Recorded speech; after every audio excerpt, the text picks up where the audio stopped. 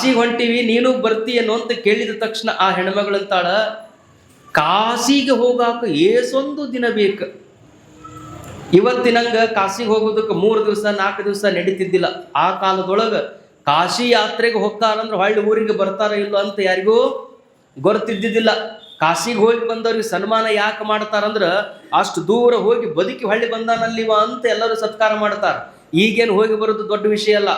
ಆ ಕಾಲದಲ್ಲಿ ಕಾಶಿಗೆ ಹೋಗಾಕ ಎಷ್ಟು ದಿನ ಬೇಕು ಏನೋ ಗೊತ್ತಿಲ್ಲ, ಅಷ್ಟು ದಿವಸಗಳು ನನ್ನ ಹತ್ರಕ್ಕಿಲ್ಲ. ಆದ್ರೆ ನನಗ ಒಂದೇ ತಾಸಿನ ದಾರಿ ಐತಿ. ಯಾವುದು? ನನ್ನ ತವ್ರ ಮನಿ. ಇಲ್ಲಿಂದ 1 ತಾಸಿನೊಳಗೆ ನನ್ನ ತವ್ರ ಮನಿಯನ್ನು ನಾನು ಮುಟ್ಟಿಬಿಡ್ತೀನಿ. ಕಾಶಿಗೆ ಹೋಗುವಷ್ಟು ಟೈಮ್ ನನ್ನೊಳಗಿಲ್ಲ. ಆದಾಗ್ಯೂ ಆಕೆ ಒಂದು ಮಾತನ್ನು ಹೇಳ್ತಾಳ, ಇಲ್ಲಿಂದ ನೀವು ಕಾಶಿವರೆಗೂ ಹೋಗ್ತೀರಿ, ವಿಶ್ವನಾಥನ್ ನೋಡಬೇಕು ಅಂತ ಎಷ್ಟು ಪ್ರಯತ್ನ ಮಾಡ್ತೀರಿ. ಸಣ್ಣ ಸಣ್ಣ ಸಂಧಿಗಳದಾವ, ಅಲ್ಲಿ ಪಾಳೆ ಹಚ್ಚಿ ಇಲ್ಲಿ ಪಾಳೆ ಹಚ್ಚಿ, ಅವ್ರಿಗೆ ರೊಕ್ಕ ಕೊಟ್ಟು ಇವ್ರಿಗೆ ರೊಕ್ಕ ಕೊಟ್ಟು ಟಿಕೆಟ್ ತಗೊಂಡು 12-18 ತಾಸು ಬೆಳತಾನ ನಿಂತು ವಿಶ್ವನಾಥನ ದರ್ಶನ ಮಾಡಬೇಕು ಅಂತ ಗುಡಿಯಾಗ ಹೋಗೋದ್ರೊಳಗನ ಹಿಂಗ ಗುಡಿಗೆ ಹೋಗಿ ಲಿಂಗದ ಮುಂದೆ ನಿಂದ್ರದ್ರಾಗನ ಹಿಂದಿನವ್ರು ಮುಂದೆ ಒತ್ತೆ ಬಿಡ್ತಾರ, ಹಿಂದಿದ್ದವರು ಮುಂದೆ ಒತ್ತೆ ಬಿಡ್ತಾರ. ಲಿಂಗ ಕಣ್ಣಿಗೆ ಒಮ್ಮೆ ಕಾಣಿಸ್ತೈತಿ, ಒಮ್ಮೆ ಕಾಣುವುದಿಲ್ಲ. ಲಿಂಗಯ್ಯ ಕಂಡಂತನ ತಿಳ್ಕೋರಿ. ನಿಮಗ ಲಿಂಗ ನಿಮ್ಮ ಕಣ್ಣಿಗೆ ಬಿತ್ತಂದ್ರೂ ಯಾವ ಊರವ್ರು, ನೀವು ಯಾವಾಗ ಬಂದ್ರಿ, ಎಷ್ಟು ದೂರದಿಂದ ಬಂದ್ರಿ, ಊಟ ಮಾಡಿದ್ರೇನು, ಹೆಂಗಾತ್ ಪ್ರವಾಸ ಅಂತ ವಿಶ್ವನಾಥ ಒಂದು ದಿವಸ ಯಾರನ್ನು ಕೇಳಿದ ಉದಾಹರಣೆ ಇಲ್ಲ.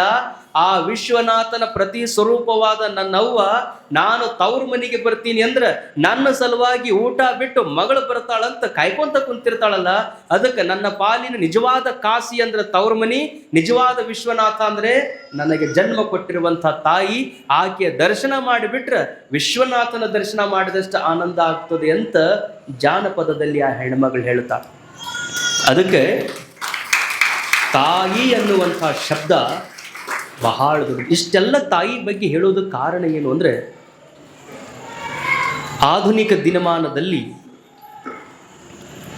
ಇಷ್ಟು ಚಲೋ ಚಲೋ ದೊಡ್ಡ ದೊಡ್ಡ ಮಠಗಳನ್ನು ನೀವೆಲ್ಲ ಇಲ್ಲಿ ಕಟ್ಟಿದ್ದೀರಿ.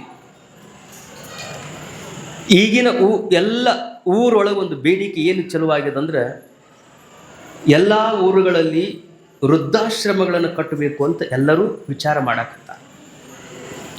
ವೃದ್ಧಾಶ್ರಮಗಳನ್ನು ಯಾಕೆ ಕಟ್ಟಬೇಕು ಅಂತ ಎಲ್ಲರ ತಲೆಯೊಳಗೆ ಬರಾಕತ್ತೈತಿ ಅಂದ್ರೆ, ಮನೆಯಾಗ ಇದ್ದ ಮಕ್ಕಳು ತಾಯಿ ತಂದೆಗಳನ್ನು ಜೋಪಾನ ಮಾಡ್ತಿಲ್ಲ. ಅವ್ರು ಯಾರು ಅಪ್ಪ ಅವನ್ನ ಜೋಪಾನ ಮಾಡಕತ್ತಿಲ್ಲ. ನಿಜವಾದಂಥ ಮಕ್ಕಳು ಅಂತ ಯಾರಿಗೆ ಅನ್ಬೇಕು ಅಂದ್ರೆ ನಿಮ್ಗೆ ಲಕ್ಷ್ಯದಲ್ಲಿ ಇರಲಿ. ಇಲ್ಲಿರೋರು ಹುಡುಗರ ಸಂಖ್ಯೆ ಕಡಿಮೆ ಅದ, ಅಪ್ಪ ಅವ್ವ ಇದ್ದಂಥವ್ರ ಸಂಖ್ಯೆನೇ ಹೆಚ್ಚದ. ನಿಜವಾದ ಮಕ್ಕಳು ಅಂತ ಯಾರಿಗೆ ಅನ್ಬೇಕು ಅಂದ್ರ ಅಪ್ಪ ಆಗ್ಲಿ ಅವ್ವ ಆಗ್ಲಿ ಆರಾಮಿಲ್ಲ ಅಂತ ಹಾಸಿಗೆ ಮ್ಯಾಲ ಮಕ್ಕೊಂಡಾಗ ಓಡಿ ಹೋಗಿ ಡಾಕ್ಟರ್ನ ಕರ್ಕೊಂಡು ಬರುವಂತ ಮಕ್ಕಳು ಇರ್ಬೇಕೆ ಹೊರತು ವಕೀಲರನ್ನ ಕರ್ಕೊಂಡು ಬಂದು ನಿಮ್ಮ ಆಸ್ತಿ ಪತ್ರ ಸಹಿ ಮಾಡಿಸ್ಕೊಳ್ಳುವಂತ ಮಕ್ಕಳು ಈ ಭೂಮಿ ಮ್ಯಾಲ ಇರಬಾರ್ದು. ಅದಕ್ಕೆ ಮಕ್ಕಳು ಡಾಕ್ಟರ್ ಹತ್ರ ಓಡಿ ಹೋಗುವಂಗ, ವಕೀಲರ ಹತ್ರ ಓಡಿ ಹೋಗುವಂಗ ಬದುಕಿ ತೋರ್ಸವ್ರು ಯಾರು ಅಂದ್ರೆ ಮನೆಯೊಳಗಿದ್ದಂತಹ ತಂದೆ ತಾಯಿಗಳೇ. ಇಂಥ ಕಾರ್ಯಕ್ರಮಕ್ಕೆ ಬರುವಾಗ ಮಕ್ಕಳನ್ನ ಅಲ್ಲಿ ಇಲ್ಲಿ ಬಿಟ್ಟು ಬರುವುದಕ್ಕಿಂತಲೂ ಮಹಾತ್ಮರು ಬರಾಕತ್ತಾರ, 4 ಒಳ್ಳೆಯ ಮಾತುಗಳು ಈ ಕಿವಿಗೆ ಕೇಳಿಸ್ಕೊಂಡೆ ಅಂದ್ರೆ ಜನ್ಮ ಪಾವನ ಆಕೈತೆ ಅಂತ ಮಕ್ಕಳನ್ನ ಯಾರಿಲ್ಲ ಕರ್ಕೊಂಡು ಬಂದಿರ್ತಾರಲ್ಲ ಅವ್ರು ನಿಜವಾಗಿರುವಂತಹ ತಂದೆ ತಾಯಿಗಳು ಅನ್ನೋದನ್ನ ನೀವು ನೆನಪಿಟ್ಕೊಂಡಿರ್ಬೇಕು. ಮಕ್ಕಳಿಗೆ ಇಂಥ ಸಂಸ್ಕಾರ ಬಹಳ ಅವಶ್ಯಕತೆಯಾಗಿರುವಂಥ. ನಮ್ಮೂರೊಳಗೆ ವೃದ್ಧಾಶ್ರಮಗಳು ಬರಬಾರ್ದಾಗಿತ್ತು ಅಂದ್ರೆ, ವೃದ್ಧಾಶ್ರಮ ಬಂದು ಅಂದ್ರೆ ಒಳ್ಳೆ ಸಂಕೇತ ಅಲ್ಲ. ವೃದ್ಧಾಶ್ರಮಗಳು ಬಂದ್ರೆ ನಮ್ಮ ಸಮಾಜ ತಪ್ಪು ಹಾದಿಯನ್ನು ಹಿಡಿದಿದೆ ಅನ್ನುವಂಥದ್ದನ್ನೇ ವೃದ್ಧಾಶ್ರಮಗಳು ತೋರಿಸಿಕೊಡ್ತಾವ. ಅದಕ್ಕೆ ಮಕ್ಕಳಿಗೆ ತಂದೆ ತಾಯಿಗಳ ಮಹತ್ವವನ್ನು ತಿಳಿಸಿಕೊಟ್ರೆ ಅವರು ಅಪ್ಪ ಅವನನ್ನು ವೃದ್ಧಾಶ್ರಮಕ್ಕೆ ಕಳಿಸಂಗಿಲ್ಲ. ಮುಪ್ಪಿನ ಕಾಲದೊಳಗ ಅವ್ರ ರೊಟ್ಟಿ ಒಳಗ ಶಕ್ತಿ ಇರುವಾಗ ನಮಗೆ ರೊಟ್ಟಿಯನ್ನು ಉಣಿಸಿ ದುಡಿದು ದುಡಿದು ತಮ್ಮ ಮೈಯನ್ನೆಲ್ಲ ನಮ್ಮ ಸಲುವಾಗಿ ಸವಿಸಿದ್ದಾರೆ. ಅವರಿಗೆ ಮುಪ್ಪು ಆವರಿಸಿದಾಗ ಅವರನ್ನ ಅತ್ಯಂತ ಪ್ರೇಮದಿಂದ ಜೋಪಾನ ಮಾಡುವಂಥದ್ದು ಅದು ನನ್ನ ಕರ್ತವ್ಯ ಅಂತ ಯಾವ ಮಕ್ಕಳು ಭಾವಿಸ್ತಾರಲ್ಲ ಅವರು ನಿಜವಾಗಿಯೂ ನಮ್ಮ ದೇಶದ ಸತ್ಪ್ರಜೆಗಳು ಅನ್ನೋದನ್ನು ನಾವು ನೆನಪಿಟ್ಕೊಂಡಿರ್ಬೇಕು. ಅಂಥ ಮಕ್ಕಳನ್ನೇ ನಾವು ಬೆಳೆಸ್ಬೇಕು. ನಮ್ಮ ಲಕ್ಷ್ಯದಲ್ಲಿರಲಿ. ನೀವೇನಿಲ್ಲ ಮುಂದೆ ಕುಂತು ಚಪ್ಪಾಳೆ ಹೊಡೆದಿರಲಿ ಹುಡುಗರು, ಈ ಮಾತು ನೆನಪಿಟ್ಕೊಂಡು ಹೋಗ್ಬೇಕು. ಎಂಥದ್ದೇ ಕಷ್ಟದ ಪ್ರಸಂಗ ಬಂದರೂ ಸಹಿತ ತಂದೆ ತಾಯಿಗಳಿಗಿಂತಲೂ ದೊಡ್ಡದಾದ ದೇವರಿಲ್ಲ, ಅವರ ಕಣ್ಣಲ್ಲಿ ನಾವು ಎಂದೂ ನೀರನ್ನು ಹಾಕಿಸುವುದಿಲ್ಲ ಅಂತ ನಿಮ್ಮ ಬದುಕಿನೊಳಗೆ ನೀವು ಶಪಥ ಮಾಡಿಬಿಟ್ರಿ ಅಂದರೆ ನಿಜವಾಗಿಯೂ ಇಲ್ಲಿ ಭೀಮಾ ಉದೂತರ 75ನೇ ವರ್ಷದ ಈ ಕಾರ್ಯಕ್ರಮ ಮಾಡಿದ್ದಕ್ಕೆ ಸಾರ್ಥಕವಾಗ್ತದೆ.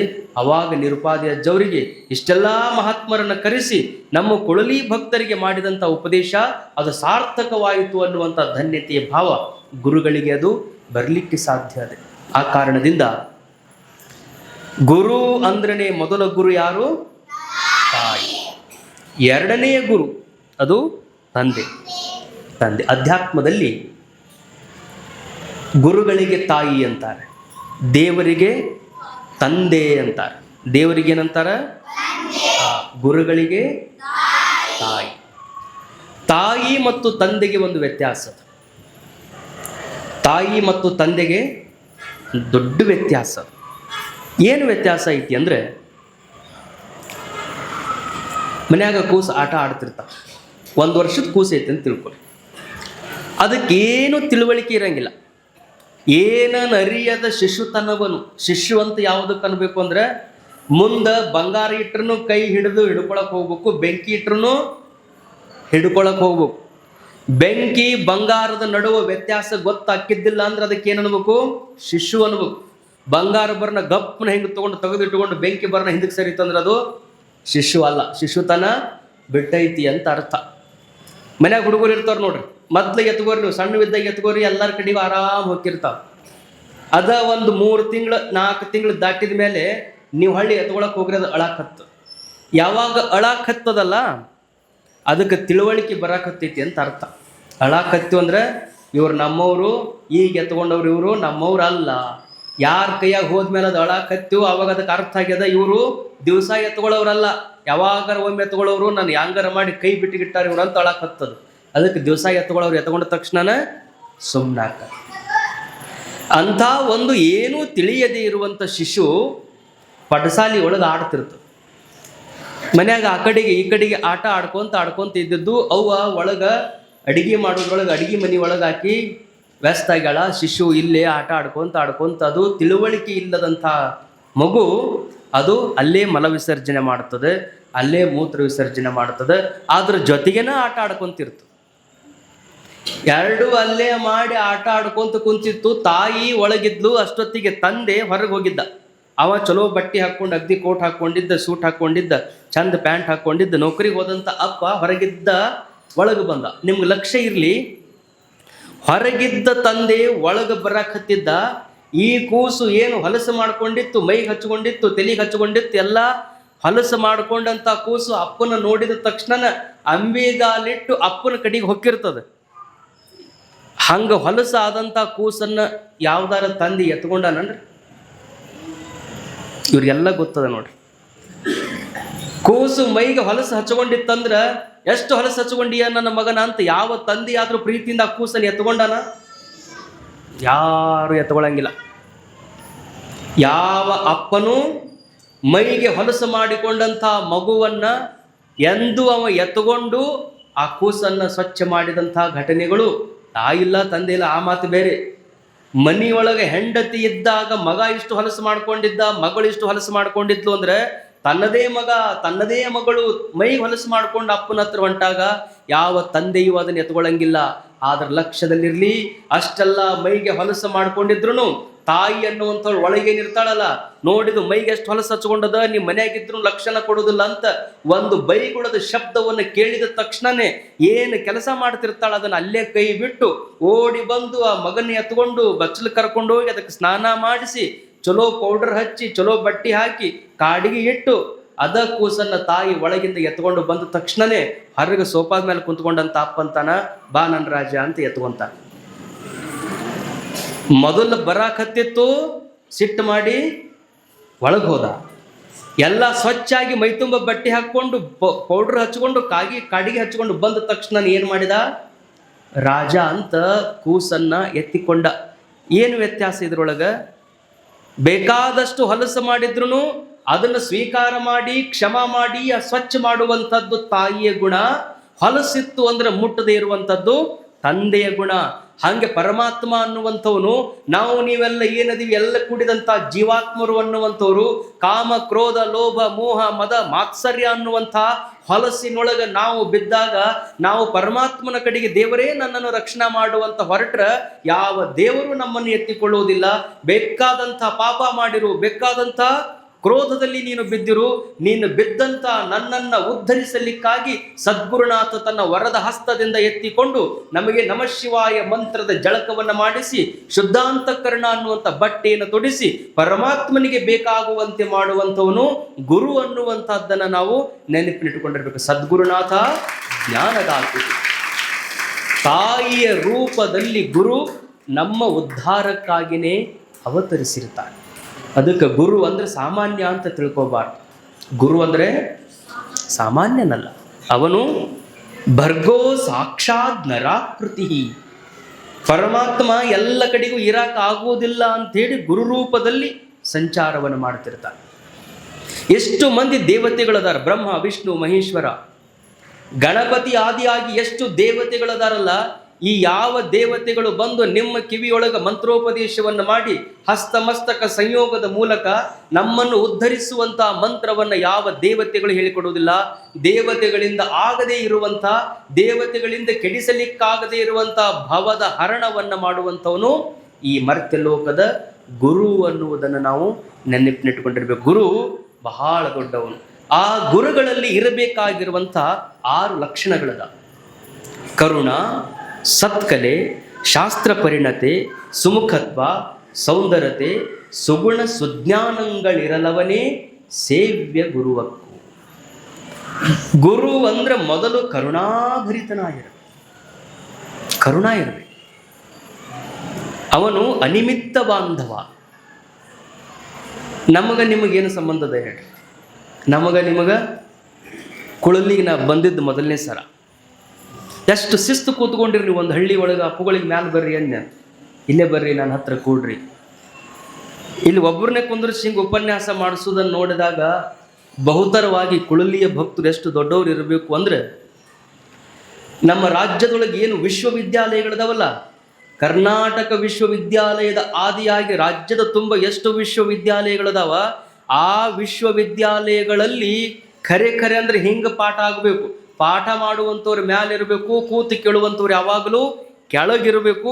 ಕೆಳಗೆ ಕೂತ ಕೇಳಬೇಕು. ಬೇಕಾದಂಥ ಆ ವಿಶ್ವವಿದ್ಯಾಲಯದ ಕುಲಪತಿ ಅದಾನಂದ್ರೂ ಅವ ಕೆಳಗೆ ಕುಂತು ಕೇಳಬೇಕು, ಹೇಳವ ಮ್ಯಾಲಿರಬೇಕು ಅನ್ನೋದನ್ನ ವಿಶ್ವವಿದ್ಯಾಲಯಗಳು ಮರ್ತಾವ. ಅದನ್ನು ಅರಿತು ನಡೆಯುವಂಥ ಜನ ಎಲ್ಲದಾರ ಅಂದ್ರೆ ಅವರು ಕುಳಲಿ ಒಳಗದಾರ ಅನ್ನುವಂಥದ್ದು ಬಹಳ ಆನಂದಿಸಬೇಕು. ಮತ್ತು ಮ್ಯಾಲ ಕುಂತು ಹೇಳ್ತಾರಂದ ತಕ್ಷಣ ಬಹಳ ಅವರು ದೊಡ್ಡವರು, ನೀವು ಸಣ್ಣವರು ಅಂತಲ್ಲ. ಮ್ಯಾಲೆ ಯಾಕೆ ಕುಂಡ್ರಿಸ್ಯಾರ ಅಂದ್ರೆ, ನೀವು ದೀಪ ಹಚ್ಚಿ ಎಲ್ಲಿ ಇಡ್ತೀರಿ? ಈ ಎಲ್ಲಿ ಇನ್ನೂ ಹಳ್ಳಿಯಾಗದ್ರೆ ನೀವು ಸ್ವಲ್ಪ ಗೊತ್ತಾಗಿರ್ಬೇಕು, ಯಾವ ಕರೆಂಟ್ ಹೊಕ್ಕಿರ್ತಾವ. ಮ್ಯಾಣಬತ್ತಿ ಆಗಲಿ ದೀಪ ಹಚ್ಚಿ ಎಲ್ಲಿ ಇಡ್ತಾರೆ? ಕತ್ಲಾದಾಗ ಮ್ಯಾಲ ಇಡ್ತಾರೆ. ಮ್ಯಾಲೆ ಎದಕ್ಕೆ ಇಡ್ತಾರೆ ಅದನ್ನ? ಇಷ್ಟ ನೋಡಿ. ಮ್ಯಾಲೆ ಎದಕ್ಕೆ ಇಡ್ತಾರಂದ್ರೆ ಎಲ್ಲ ಕಡೆಗೂ ಬೆಳಕು ಬೀಳಲಿ ಅಂತ. ಆ ದೀಪಕ್ಕೆ ಸ್ವಲ್ಪ ಖುಷಿ ಆಗಲಿ, ಆ ದೀಪ ಸ್ವಲ್ಪ ಅಹಂಕಾರದಿಂದ ಮ್ಯಾಲೆ ಕೂತ್ಕೊಳ್ಳಿ ಅಂತ. ದೀಪಕ್ಕೆ ಖುಷಿ ಆಗಲಿ, ದೀಪಕ್ಕೆ ಸೊಕ್ಕ ಬರಲಿ ಅಂತ ಮ್ಯಾಲಿಡಂಗಿಲ್ಲ.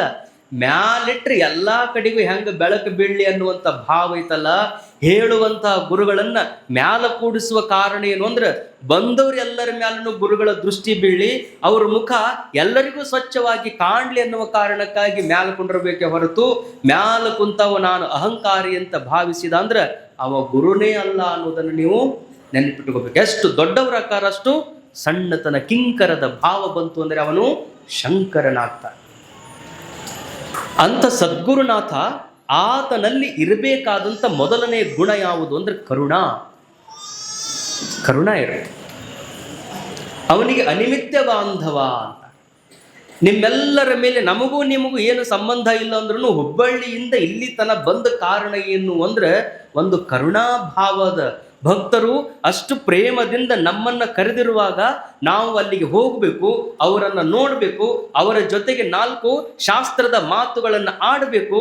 ಯಾರು ಮುಮುಕ್ಷುಗಳಿದ್ದಾರೋ ಅವರಿಗೆ ಜ್ಞಾನಪರವಾಗಿರುವಂಥ ಮಾತುಗಳನ್ನು ಹೇಳುವ ಮೂಲಕ ಅವರನ್ನು ಉದ್ಧರಿಸಬೇಕು ಅನ್ನುವಂಥ ಒಳಗ ಕರುಣೆಯ ಭಾವ ಐತಲ್ಲ, ಆ ಭಾವ ಯಾರೊಳಗೆ ತುಂಬಿಕೊಂಡಿರ್ತದಲ್ಲ ಅವರಿಗೆ ಗುರುಗಳು ಅಂತಾರೆ. ಕರುಣಾಭಾವ ಇರ್ತದೆ.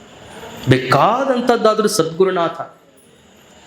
ತಾಯಿಯಲ್ಲಿ ಆ ಕರುಣ ಇರ್ತದೆ. ತಾಯಿ ಎಂದೂ ಮಕ್ಕಳಿಗೆ ಕೇಡನ್ನ ಬಯಸುವುದಿಲ್ಲ. ಮಕ್ಕಳು ಬೇಕಾದಂಥ ತಪ್ಪು ಮಾಡಿರಲಿ, ನಮ್ಮ ದೇಶದೊಳಗೆ ಸುಪ್ರೀಂ ಕೋರ್ಟ್ ಅವ ತಪ್ಪು ಮಾಡ್ಯಾನ ಅಂತ ಹೇಳಿದ್ರು ನನ್ನ ಮಗ ಅಂಥವಲ್ಲ ಅಂತ ಮಗನ ಬಗ್ಗೆ ಎಂದೂ ಸಂಶಯ ಪಡದೇ ಇರುವಂಥ, ಮಗನ ಬಗ್ಗೆ ಯಾವಾಗಲೂ ಕರುಣಾ ಭಾವವನ್ನು ತುಂಬಿಕೊಳ್ಳುವಂಥ ಒಂದು ಹೃದಯ ಅಂತಿದ್ರೆ ಅದು ತಾಯಿಯ ಹೃದಯ ಮಾತ್ರ. ಮಕ್ಕಳು ಎಂದೂ ತಪ್ಪು ಮಾಡೋದಿಲ್ಲ. ಹಂಗನೇ ಸದ್ಗುರುನಾಥನಾದರೂ ಕೂಡ ಬೇಕಾದಂಥ ತಪ್ಪು ಮಾಡಿದ್ರು ನನ್ನ ಶಿಷ್ಯ ಅಂಥವಲ್ಲ ಅಂತ ಆತನಲ್ಲಿ ಅಂಥದ್ದೊಂದು ಕರುಣಾ ಭಾವ ತುಂಬಿಕೊಂಡಿರ್ತದೆ. ಹಂಗ ಕರುಣಾ ಐತಿ ಅನ್ನುವ ಕಾರಣಕ್ಕಾಗಿಯೇ ಶಿಷ್ಯರನ್ನ ಹತ್ತಿರಕ್ಕೆ ಕರೆದು ಅವರಿಗೆ ಮಂತ್ರವನ್ನು ನೀಡಿ ಅವರನ್ನ ಉದ್ಧಾರ ಮಾಡುವಂಥದ್ದು. ಸಿದ್ಧಾರೂಢಪ್ಪವರು ಎಂಥ ಕರುಣಾಮೂರ್ತಿಗಳು ಅಂದರೆ, ಚೆನ್ನಮ್ಮ ಅಂತ ಒಬ್ಬ ಹೆಣ್ಮಗಳು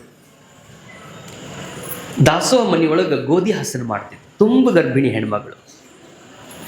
ಗೋಧಿ ಹಸನ ಮಾಡುವಂಥ ಕಾಲಕ್ಕೆ, ಈ ಕಾಲದಂಥದ್ದಲ್ಲದು, 120 ವರ್ಷಗಳ ಹಿಂದಿನ ಕಾಲ, ಮನೆಯೊಳಗೆ ಸಹಜವಾಗಿ ಬಡತನ ಇರ್ತಿತ್ತು. ಉಣ್ಣೋದಕ್ಕೆ ಒಮ್ಮೊಮ್ಮೆ ಊಟ ಇರ್ತಿತ್ತು, ಒಮ್ಮೆ ಊಟ ಇರ್ತಿತ್ತು.